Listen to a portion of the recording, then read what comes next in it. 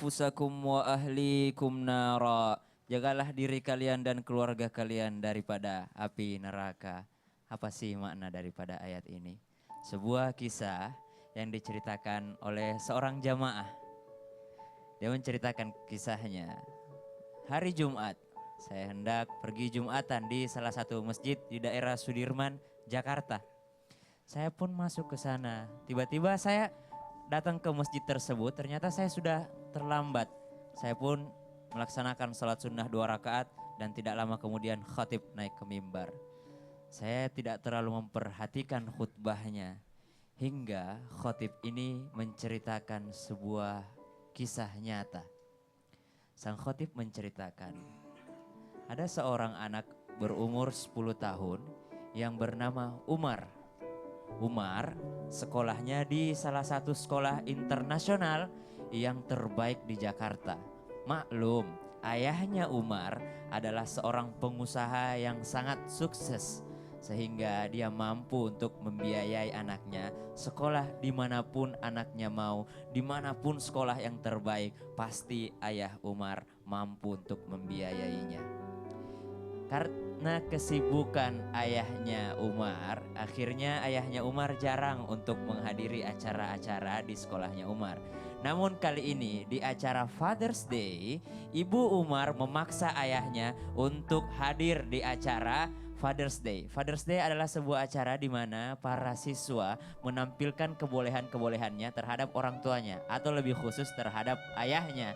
Hingga tibalah acara Father's Day yang mana ayahnya Umar juga ogah-ogahan untuk datang ke acara tersebut. Maklumlah, ayah kan punya kesibukan, ayah mau meeting lah, ayah mau urus sesuatu sama klien lah, ayah mau ngurusin ini itu, mau ngurusin ini itu. Kenapa nggak mama aja yang pergi? Tapi karena dipaksa, ayahnya Umar pun terpaksa untuk hadir di acara Father's Day tersebut. Satu persatu siswa naik untuk menunjukkan kebolehannya. Ada yang menyanyi dengan menggunakan bahasa Inggris. Ada yang menari dengan hebatnya dia menari. Ada yang menampilkan lukisannya. Ada yang menampilkan kebolehan yang lainnya. Banyak anak yang berbakat hingga tibalah giliran Umar untuk naik ke atas panggung. Ayahnya yang duduk di belakang pun duduk terdiam mendengarkan apa yang akan dilakukan anaknya di atas panggung. Karena untuk pertama kalinya ayahnya tidak pernah tahu apa yang pernah dilakukan oleh Umar di atas panggung. Umar pun naik dengan gugupnya. Miss, bolehkah saya mengundang Pak Arif untuk naik ke atas panggung? Untuk apa nak? Aku ingin mengundang Pak Arif karena aku sayang banget sama Pak Arif. Pak Arif adalah guru ekstrakurikulernya si Umar. Adalah seorang guru mengaji di sekolah tersebut. Boleh saya mengundang Pak Arif? Oh tentu boleh. Akhirnya Pak Arif pun naik ke atas panggung untuk menemani Umar yang ingin menampilkan kebolehannya. Pak Arif, minta izin Pak Arif, bolehkah Pak Arif membuka Al-Quran surah An-Naba? Akhirnya Pak Arif pun membuka Al-Qurannya. Pak Arif, silakan Bapak lihat. Insya Allah Umar akan membaca surah An-Naba, tapi Pak Arif yang menyimak, Umar yang membacanya tanpa melihat Al-Quran. Lalu dimulailah Umar membacakan, A'udzu billahi minasyaitonir rajim. Bismillahirrahmanirrahim. Amma yatasaalun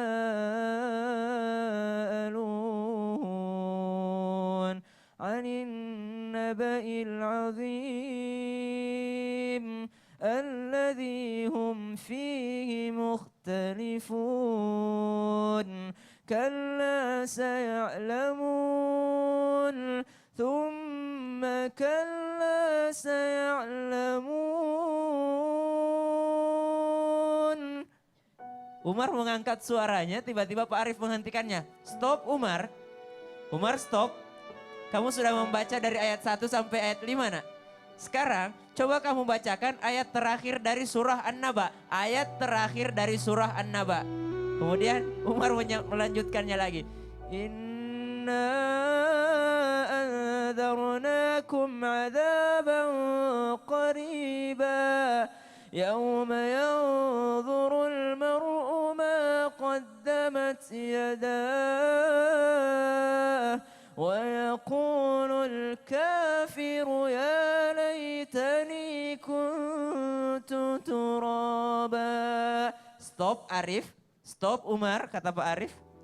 Engkau telah membacakan akhir surah An-Naba, hafalanmu sempurna sekali nak. Kalau boleh tahu kamu mau pakai agama apa? Pak Arif, aku suka sekali sama Imam Masjidil Haram, namanya Abdurrahman As-Sudais. Dan aku ingin menjadi Imam Masjidil Haram, itulah cita-citaku. Tapi bukan itu cita-citaku yang sebenarnya Pak Arif. Cita-citamu apa? Dan kenapa kamu hari ini menampilkan Al-Quran sementara teman-temanmu ada yang menyanyi, ada yang ngedance, ada yang menampilkan lukisan, ada yang menggambar. Kenapa kamu menampilkan Al-Quran? Pak Arif, dulu saya malas belajar, dulu Umar malas untuk mengaji. Tapi Pak Arif pernah menegur Umar. Kata Pak Arif, Rasulullah pernah bersabda, barang siapa yang membaca, mengamalkan Al-Quran, maka dia akan memakai mahkota di akhirat kelak. Oh, karena kamu ingin memakai mahkota di akhirat, Umar? Tapi bukan itu Pak Arif kemauanku. Apa cita-citamu nak? Hadisnya dilanjutkan lagi Pak Arif. Hadisnya mengatakan anak yang membaca Al-Quran dan menghafalkan Al-Quran kelak di hari kiamat orang tuanya akan dipakaikan baju kemuliaan. Dan aku ingin mempersembahkan baju kemuliaan kepada ayahku. Aku ingin mempersembahkan baju kemuliaan untuk ibuku. Aku ingin belajar agama sehingga orang tuaku dimuliakan di akhirat kelak. Aku tidak ingin orang tuaku dihinakan di akhirat kelak. Aku tahu ayahku sibuk, tapi aku tahu perjuangannya sangat besar. Sehingga aku ingin memberikan, mempersembahkan baju kemuliaan. Sehingga orang-orang pada melihat, itulah orang tuanya Umar, itulah ayahnya Umar yang dulu mendidik Umar membaca Al-Quran, mendidik Umar menghafalkan Al-Quran. Tiba-tiba di keheningan di antara seluruh penonton yang hadir menangis, berteriak ayah Umar dari belakang, Allahu Akbar, Allahu Akbar. Dia pun berlari menaiki panggung dan menemui anaknya, Umar maafkan ayahmu yang cuek ini nak. Umar maafkan ayahmu yang tidak pernah peduli ini nak. Ayahmu cuma memikirkan uang, uang dan uang. Ayahmu cuma memikirkan kesuksesanmu di dunia nak. Tapi ternyata engkau memikirkan akhiratnya ayah. Maafkan ayah nak, terima kasih banyak nak, karena engkau telah ingin berjuang untuk ayahmu ini. Dan maafkan ayah karena terlalu cuek kepadamu wahai Umar. Semua penonton pun menangis melihat keadaan seperti ini. Marilah sama-sama kita sadar, ternyata dunia bukan segalanya. Masih ada kehidupan setelah ini. Mari sama-sama kita mengamalkan Al-Quran, mengajarkan Al-Quran. Khairukum man ta'allama Al-Qur'ana wa 'allama. Sebaik-baik dari kalian adalah yang membaca, belajar Al-Quran, kemudian mengajarkannya. Dan sebaik-baik orang yang diajarkan adalah anak-anak kita sendiri. Shadaqallahul adzim. Masya Allah, tepuk tangannya mana Bu? Allahu Akbar, luar biasa ya.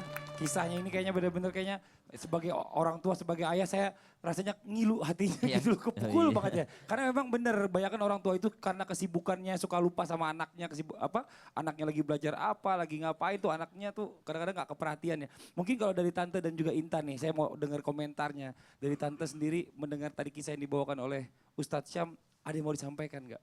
Baik, saya ada sedikit sharing ya atau pertanyaan mungkin.